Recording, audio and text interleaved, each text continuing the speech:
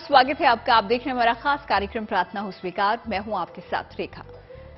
गीता, जिसे श्री हरि की वाणी माना गया है, कहते हैं कि गीता एक धर्म ग्रंथ नहीं बल्कि कलयुग में सत्यता का प्रमाण है, जिसकी गाथा द्वापर युग से लेकर कलयुग तक में गाई जा रही है। कहते हैं कि जिस दिन कुरुक्षेत्र में केशव ने पार्थ को धर्म का मर्म समझाया था, उस दिन गीता के ज्ञान से पहली बार दुनिया का साक्षात्कार हुआ था और इसीलिए हिंदू धर्म में उस दिन को गीता जयंती के रूप में मनाया जाता है।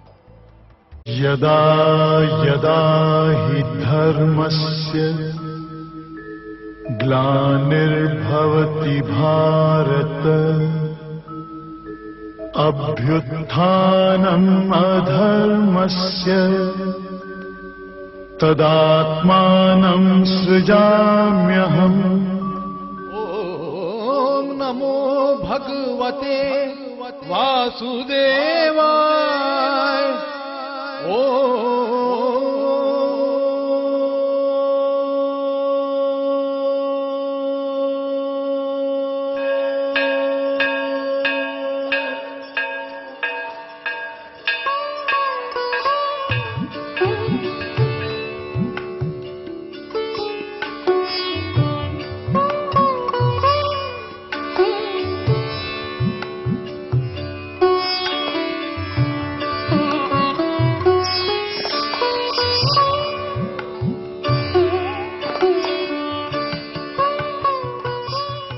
श्रीमद् भागवत गीता, जिसका प्रादुर्भाव स्वयं योग योगेश्वर के श्रीमुख से हुआ। विद्वान कहते हैं कि गीता एक ग्रंथ नहीं बल्कि एक अमृत वाणी है, जिसे परमेश्वर की रची जीवन शैली माना गया है। श्रीमद् भागवत गीता, जिसे सभी उपनिषदों का सार माना जाता है, उपनिषदों का भी निचोड़ है गीता। कहते हैं कि गीता कलयुग में सत्य की वाहक है। समस्त शास्त्रों की उत्पत्ति वेदों से मानी जाती है। वेदों का प्राकट्य ब्रह्मा जी के मुख से माना जाता है। स्वयं ब्रह्मा जी भी श्रीहरि की नाभि से उत्पन्न हुए, लेकिन श्रीमद् भागवत गीता स्वयं नारायण की वाणी से प्रकट हुई है, अर्थात गीता स्वयं श्रीहरि का ही स्वरूप है। ये भगवान के मुख से निकली है। भगवान ने अपने मुख से, भगवान के मुख से निश्चित है भगवत गीता। तो जो भी व्यक्ति भगवान के मुख से निश्चित भगवत गीता को सुनता है, पढ़ता है, श्रवण करता है, तो उसके सभी प्रकार के ताप वैसे ही नष्ट हो जाते हैं। बहुत ही अद्भुत है। आप सभी लोग भी भगवत गीता का नित्य पठन पाठन किया करिए। शास्त्रों में गीता को वेदों से भी बढ़कर माना गया है। महर्षि वेद व्यास ने महाभारत के भीष्म पर्व में स्पष्ट लिखा है, गीता सुगीता कर्तव्या किमन्य है, शास्त्र विस्तर है, या स्वयं पद्मनाभस्य मुख पद्माद्विनी श्रुता। यानी गीता के होते हुए किसी शास्त्र के वाचन की कोई आवश्यकता नहीं, ये तो स्वयं पद्मनाभ श्री हरि के मुख कमल से निकली है। वराह पुराण में भगवान कहते हैं कि वो स्वयं गीता के बंधनों से बंधे हैं। गीताश्रयहं तिष्णामि गीता मेम चोतम गृहम, गीता ज्ञान मृपाश्रितः त्रिलोकान पालयामहम। यानी मैं गीता के आश्रय में रहता हूँ। गीता मेरा उत्तम गृह है। गीता के ज्ञान का सागर लेकर ही मैं तीनों लोकों का पालन करता हूँ। गीता के उपदेश के अवतरण को गीता जयंती के रूप में मनाने का विधान है। कहते हैं कि गीता का ज्ञान कलयुग का वो वरदान है जो जीवन की सारी शंकाओं का समाधान कर सकता है, आपके जीवन से अंधकार को मिटाकर ईश्वर की साधना में लीन कर सकता है। श्रीमद् भागवत गीता सनातन धर्म की वो किताब है जिसमें इंसान की हर समस्या का हल लिखा है। भगवत गीता में भगवान श्री कृष्ण ने अर्जुन से जो भी कहा, तो गीता के जो श्लोक हैं उनका जो यथार्थ है, अर्थ है, भाव है, उसको हम अपने जीवन में उतार सकें। गीता केवल एक ग्रंथ नहीं है, गीता जी अपने आप में संपूर्ण एक जीवन है। 18 अध्याय वाले इस धर्म ग्रंथ में जीवन को महान बनाने का हर एक सूत्र मिलता है, जिसे द्वापर युग में योग योगेश्वर भगवान कृष्ण ने कुरुक्षेत्र के मैदान में अर्जुन को सुनाया था। मान्यता है कि मार्गशीर्ष मास की शुक्ल पक्ष की एकादशी के दिन ही अर्जुन के साथ साथ हनुमान, बर्बरी और संजय को गीता का ज्ञान मिला था। इसीलिए हर साल इसी तिथि पर गीता जयंती मनाने का विधान बताया गया है। गीता जयंती इस साल 3 दिसंबर को मनाई जाएगी।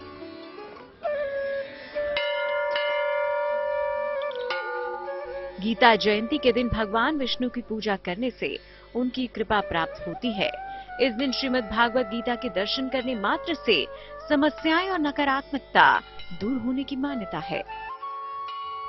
मान्यता है कि गीता जयंती के दिन 11वें विश्व रूप दर्शन योग और 18वें अध्याय मोक्ष संन्यास योग का पाठ करने से साधक की सभी मनोकामनाएं पूरी हो जाती हैं। और जो भगवत गीता का पाठ करते हैं उनके समस्त प्रकार के सांसारिक मलों का नाश हो जाता है, क्योंकि भगवत गीता महाभारत का अमृत के तुल्य सार है, अमृत के समान है भगवत गीता। जो भी व्यक्ति इस भगवत गीता का पाठन करता है, नित्य प्रति इसका एक अध्याय का पाठ करता है, उसके जीवन के समस्त प्रकार के ताप नष्ट हो जाते हैं, समस्त प्रकार के श्राप नष्ट हो जाते हैं, समस्त प्रकार के विकार नष्ट हो जाते हैं।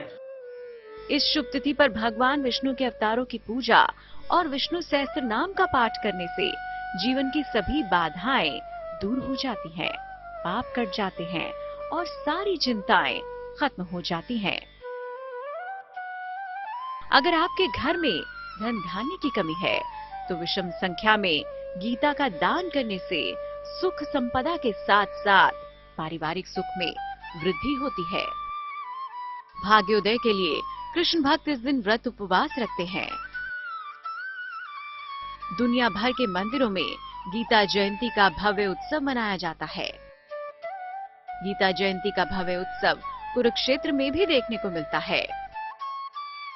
देश भर के भक्त कुरुक्षेत्र में ब्रह्म सरोवर में स्नान करने के अनुष्ठान में भाग लेने के लिए एकत्रित होते हैं। इस पर्व को मनाने के लिए हर साल एक मेले का आयोजन किया जाता है, जो लगभग 7 दिनों तक चलता है, जिसे गीता जयंती समारोह के नाम से जाना जाता है। मान्यता है कि मार्गशीर्ष महीने के शुक्ल पक्ष की एकादशी पर ही अर्जुन को श्री कृष्ण से गीता का ज्ञान मिला था। कहते हैं कि गीता के उपदेशों को आत्मसात करने से जीवन में सफलता का मार्ग प्रशस्त होता है और समस्त शंकाओं का नाश हो जाता है। और कहते हैं कि गीता का ज्ञान पाकर ही अर्जुन ने दुष्टों का नाश किया था।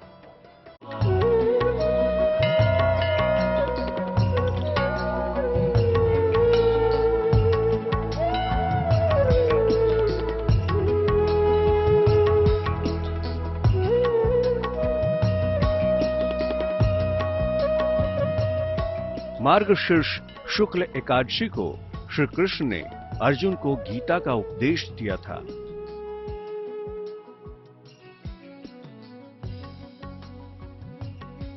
लेकिन आपको जानकर हैरानी होगी कि गीता मात्र एक पुस्तक नहीं है, बल्कि ये उपदेशों का जीवंत स्वरूप है। जीवंत स्वरूप होने की वजह से ही इसकी जयंती मनाई जाती है। गीता के उपदेश आज भी उतने ही प्रासंगिक हैं जितने पुरातन काल में थे। गीता जयंती के दिन गीता का पाठ करने से मोक्ष का वरदान मिलता है। गीता के पाठ से जीवन की ज्ञात अज्ञात समस्याओं से मुक्ति मिलती है। गीता जयंती वाले दिन जो भी व्यक्ति उस दिन भगवान की पूजा करता है, गीता जी की पूजा करता है, उस दिन गीता जी का पाठ करता है, तो निसंदेह ही वो विष्णु धाम को प्राप्त करता है, भगवान के श्री चरणों को प्राप्त करता है। और भगवत गीता पढ़ने से उसके जीवन के सारे कष्ट दूर हो जाते हैं, समस्त प्रकार के फलों की प्राप्ति होती है। गीता जयंती के महत्व के बारे में हमने आपको बता दिया, लेकिन क्या आप जानते हैं कि इस दिन गीता का पाठ करने से और भी कई लाभ होते हैं? चलिए आपको बताते हैं कि गीता जयंती के दिन भगवत गीता का पूजन और पाठ कैसे किया जाता है। स्नान कर पूजा घर को साफ करें। एक चौकी पर पीला कपड़ा बिछाएं। इस पर भगवान कृष्ण की स्थापना करें। पीले फल, पुष्प, धूप दीप दूर्वा अर्पित करें। इसके बाद श्री कृष्ण के मंत्रों का जाप करें। ओम गंगे मंत्र का उच्चारण कर आचमन करें। अंत में पूजा संपन्न कराने के लिए आरती अर्चना करें।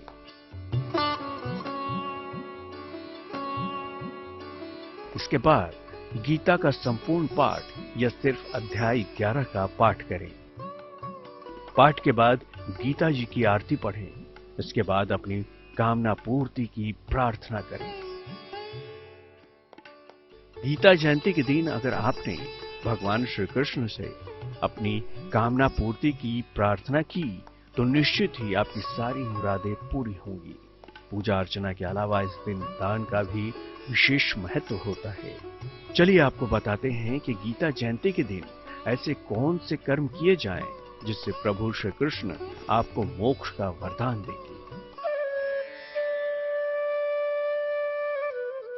गीता जयंती के दिन गीता की पुस्तक का दान करें। इससे आपकी गलतियों का प्रायश्चित होगा।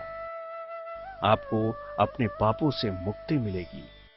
एकादशी तिथि, मोक्षदा एकादशी तिथि वाले दिन सुबह सुबह ही आपको ब्रह्म मुहूर्त में उठ जाना, स्नान आदि से निवृत्त होकर के आपको भगवान श्री कृष्ण की पूजा करिए। जो आपके यहाँ लड्डू गोपाल हैं उनकी आप पूजा करिए, अर्चना करिए, पंचामृत से उन्हें स्नान कराइए, तुलसी पत्र चढ़ाइए, संपूर्ण रूप से स्नान कराइए। इसके बाद वहीं पर बैठकर के आप मोक्षदा एकादशी का पाठ करिए, कथा सुनिए। उसके बाद आपको क्या करना है, फलहार आप ले सकते हैं। पूरा विधि विधान से पूजन करिए। और इस दिन देखिए, व्रत रहने का मतलब ये नहीं है कि आपने फलाहार कर लिया और व्रत रह लिया, नहीं। इस दिन आपको दान पुण्य बहुत करना, जितना ज्यादा हो सके उससे ज्यादा दान पुण्य करना चाहिए। गरीब, सर्दी आ रही है तो गरीबों को कंबल बांटिए, गरीबों को स्वेटर बांटिए, अन्न दीजिए उन्हें, और हो सके तो गर्म वस्तुएं ज्यादा से ज्यादा दीजिए। भजन करिए, कीर्तन करिए, अपने मन को, अंतःकरण को शुद्ध रखिए। किसी के प्रति विकार मत आने दीजिए, क्योंकि निर्मल मन जन सो मोहि पावा, मोहि कपट छल छिद्र न भावा। आपका व्रत तभी संपूर्ण माना जाएगा जब आप एकादशी वाले दिन, मोक्षदा एकादशी वाले दिन किसी भी प्रकार का अपने शरीर में विकार नहीं लाते हैं, किसी के प्रति द्वेष नहीं रखते हैं, किसी के प्रति किसी भी प्रकार का क्लेश नहीं रखते हैं। गीता का दूसरा नाम गीतोपनिषद है। गीता जयंती के दिन गीता को पढ़ना, सुनना अत्यंत शुभ माना जाता है। गीता के उपदेशों को आत्मसात करने से जीवन में सफलता का मार्ग प्रशस्त होता है। गीता जयंती के दिन शंख का पूजन अवश्य करना चाहिए। मान्यता है कि इस दिन विशेष तौर पर शंख बजाने से नकारात्मक शक्तियां दूर होती हैं।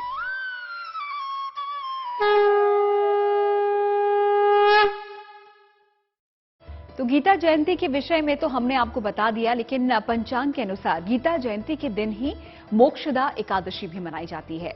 मार्गशीर्ष शुक्ल एकादशी को मोक्षदा एकादशी के तौर पर भी मनाया जाता है।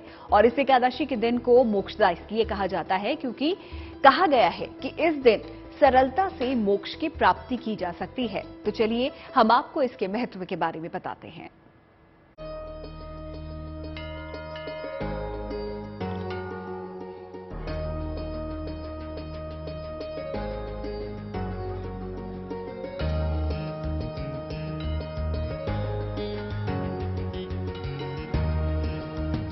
मोक्ष प्राप्ति की सबसे शुभ तिथि, पापों से मुक्त करेगी मोक्षदा एकादशी। जन्म जन्मांतर के खत्म होंगे बंधन। श्री कृष्ण के ज्ञान से धन्य होगा जीवन। मोक्ष जीवन का वो लक्ष्य है जिसे हर व्यक्ति पाना चाहता है। जीवन मृत्यु के बंधनों से उठकर ईश्वरीय ऊर्जा में विलीन होना ही मोक्ष है। कहते हैं कि मोक्ष पाना ईश्वर को पा लेने के समान है। कहते हैं कि साल में सिर्फ एक ही एकादशी को मोक्ष प्राप्ति संभव है और वो है मोक्षदा एकादशी।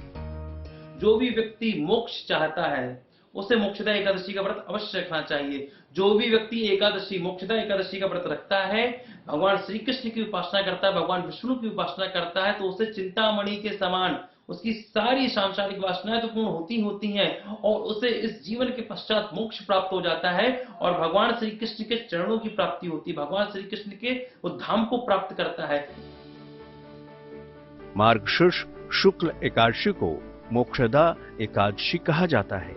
इसे मोक्ष प्राप्ति का दिन भी कहा जाता है।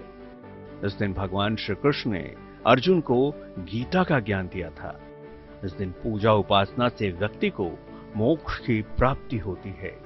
इस दिन किए गए दान का कई गुना फल मिलता है।